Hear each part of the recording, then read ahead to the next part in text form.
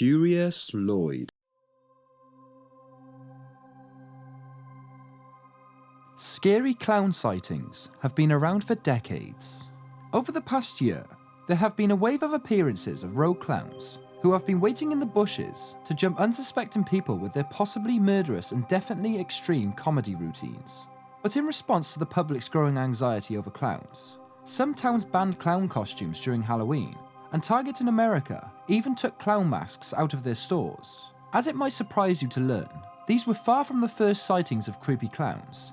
One of the first recorded was in 1981 in Massachusetts, when schoolchildren reported seeing a van full of sweets and men in scary clown suits. The police warned some of the nearby schools, and from there, the phobia quickly spread, with clown sightings soon being reported in a number of nearby cities. In fact, waves of clown sightings seem to come every 3 to 4 years, and generally follow the same pattern. Some kids told the police about clowns offering sweets or making balloon animals, and when that story hit the news, other people began reporting similar incidents. Yet, every time the police look into it, they find no evidence of clown predators. In fact, few adults ever actually see any of these clowns. In the few verified cases in which a person is dressed up into a clown costume in any kind of menacing way, it's almost always been proven to be a viral movie, a marketing move, or a bank robbery. But still, that doesn't stop the clown phobia from getting out of hand. Consider the 500 vigilantes at Penn State who flooded the streets this year, or this German teen with a clown mask who got stabbed after trying to scare his friends.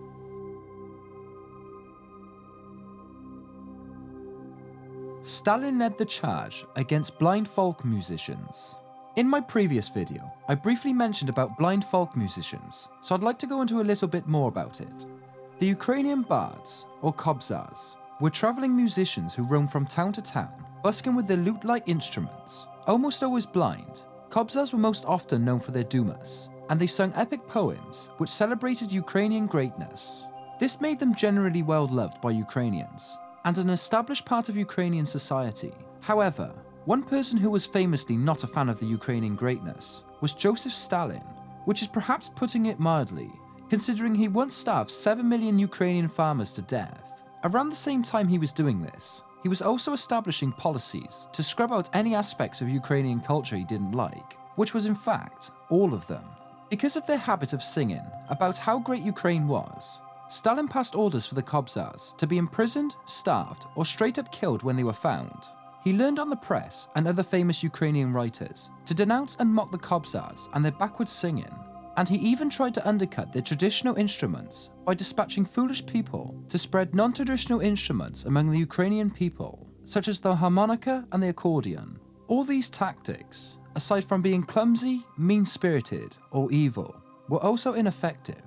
To remedy this, Stalin gathered over 300 kobzars for a folk singers conference to discuss the Soviets' desires to include them in a building of socialism. But as you may have guessed, Stalin had absolutely no interest in including the kobzars in any aspect of his empire, and the conference was nothing more than a ruse. Now you see, after the conference, the kobzars were loaded into train cars and allegedly to be taken to Moscow for another similar event, only to instead to be taken to the edge of the wilderness of Cannibal Island, where a series of trenches had been dug. Accounts vary as to whether they were shot and killed, or left to die of exposure. But the bottom line is, that Stalin had them taken out to the middle of nowhere and murdered. He hated folk music that much.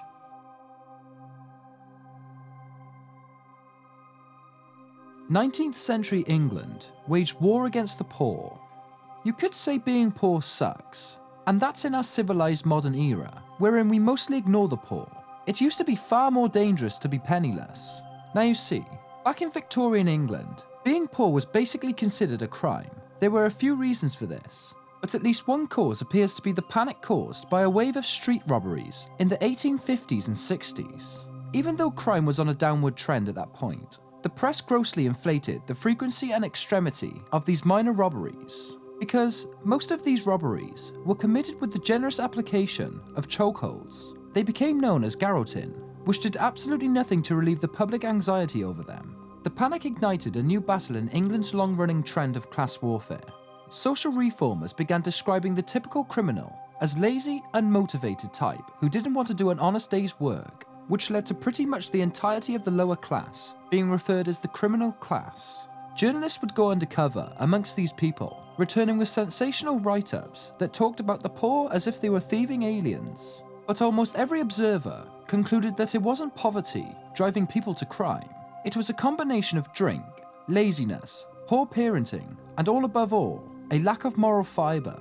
Punishments for criminals soon took on all sorts of strange moral aspects, including Bible study, forced labour, and forced bouts of silence, which isn't to discount the merciless beatings, which were dispensed brutally and often, and extended even to children.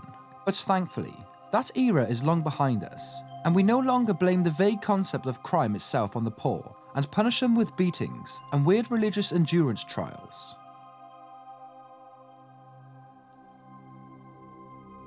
The US government thought homosexual employees were a real threat. Most people are passingly aware of the Red Scare, the frenzied hunt for suspected communists that gripped America in the 40s and 50s. But a less reported aspect of this era was the government's parallel fear of homosexuals. The government was also on the hunt for anyone with a hint of gay about them. For instance, in 1950, the State Department forced 91 of their homosexual employees to resign. The fear wasn't strictly that these people were gay, but that gay people were more susceptible to blackmail, and therefore a much bigger security risk. The logic was that a homosexual member of State Department would voluntarily give up state secrets if someone threatened to out them, so the obvious solution was to sack them all. This whole disaster was dubbed the Lavender Scare. Senator Joe McCarthy would often use accusations of homosexuality against his political foes, reportedly saying, "If you want to be against McCarthy boys, you've got to be either a communist or a cocksucker." But the whole thing reached a bigoted fever pitch in 1953, when President Eisenhower signed a bill stating that all gay and lesbian government employees were to be immediately sacked. The bill resulted in the release of 425 employees in a single year for the mere suggestion of homosexuality.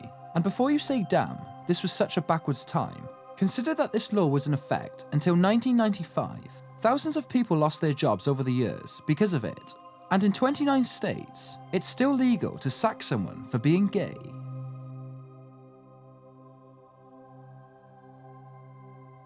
The Great New England Vampire Panic. New England seems to be oddly susceptible to panics. Apart from the famous Salem witch trials, I've discussed in this very video the region's dubious history with clown sightings, and now you can add another mythical monster to the book, which were vampires. In the early 1800s, the region convinced itself that it was now harassed with vampires. Residents throughout New England decided that dead guys were rising from the grave to suck the life essence from the living. So to protect themselves, residents began exhuming corpses, decapitating bodies and burning their organs. It was a whole ordeal, which was often carried out in the dead of night with lanterns to guide the way. Henry David Thoreau wrote about it in his own journal, covering it like it was a normal thing to do on a Saturday night. But occasionally, the vampire hunters would also festively burn the dead guy's heart and inhale the smoke, or eat its ashes, so that they themselves would not become a vampire. Again, it is unclear why this would help, but the important thing is, they believed it would. The horrific tuberculosis outbreaks going on at the time provided an almost plausible explanation for this insanity. Tuberculosis was called a consumption back then, and a significant portion of the population appeared to think it was caused by dead people consuming the unsuspecting living. So, that's what all the corpse exhuming was about. They were looking for corpses that appeared too fresh, as if they had been up all night and day before consuming fresh energy from living people.